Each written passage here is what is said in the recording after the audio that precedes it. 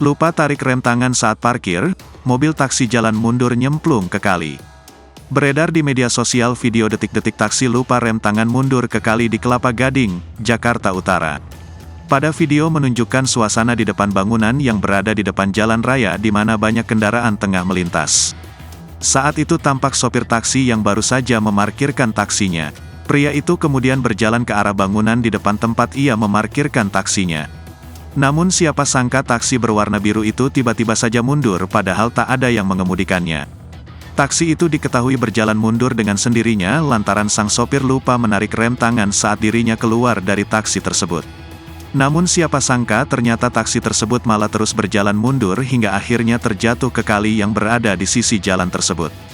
Suara keras dari taksi itu sontak membuat orang-orang yang berada di sekitarnya langsung bergegas menghampirinya.